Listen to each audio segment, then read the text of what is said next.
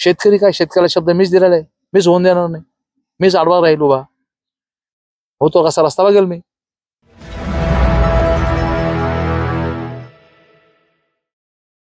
समृद्धी महामार्गात ज्या शेतकऱ्याच्या जमिनी संपादित होत आहे, योग्य मोबदला मिळावा म्हणून शेतकऱ्यांचं गेल्या 16 दिवसापासून आंदोलन सुरू आहे. तोडगा निघत नाही. तुम्ही आज भेट दिली, काय सांगा?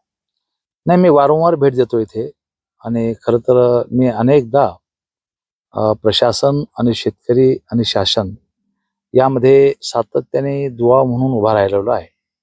सातत्याने यांचे प्रश्न प्रशासनापर्यंत, प्रशासनाचे प्रश्न राज्य सरकारपर्यंत मांडण्याचा प्रामाणिकपणे प्रयत्न या ठिकाणी केलेला आहे. कारण की मी एक शेतकरी कुटुंबातला माणूस आहे. या ठिकाणी माननीय दिलीपजी राठी यांच्या नेतृत्वामध्ये उभा राहिलेलं हे आंदोलन खरं हे दुसऱ्या टप्प्यातलं आंदोलन 16 दिवसाचं आंदोलन आहे.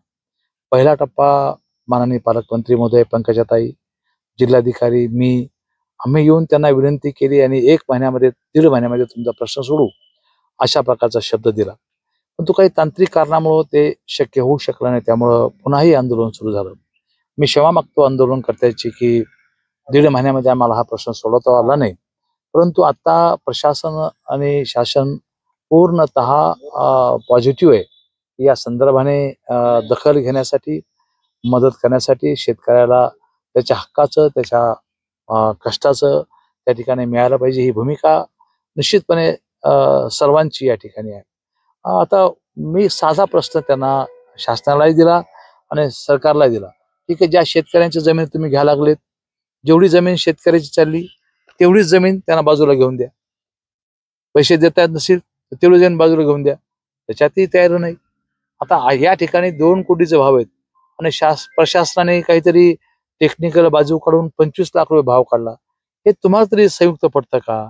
त्यामुळं हा अन्याय होता शेतकऱ्यावरचा आणि मला असं वाटतं की तो अन्याय आता जवळपास संपुष्टामध्ये या 2-4 दिवसामध्ये येईल आणि या शेतकऱ्यांच्या आंदोलनाला निश्चितपणे यश मिळेल अशा प्रकारची आशा माझ्या मनामध्ये निर्माण झालेली आहे.